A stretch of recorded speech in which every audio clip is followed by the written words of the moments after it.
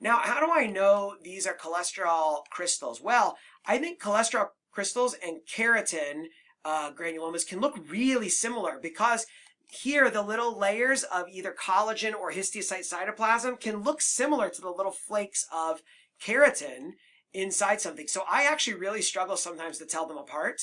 I do feel like cholesterol crystals tend to be like kind of longer and more like parallel typically, whereas keratin granulomas tend to be a little more haphazard.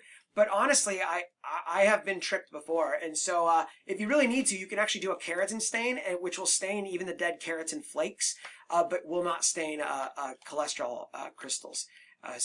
Just so you know that if you struggle with telling those apart, I do too. In the skin, when we see clefts like this, usually the answer is keratin granuloma. Much more often, that's what we see.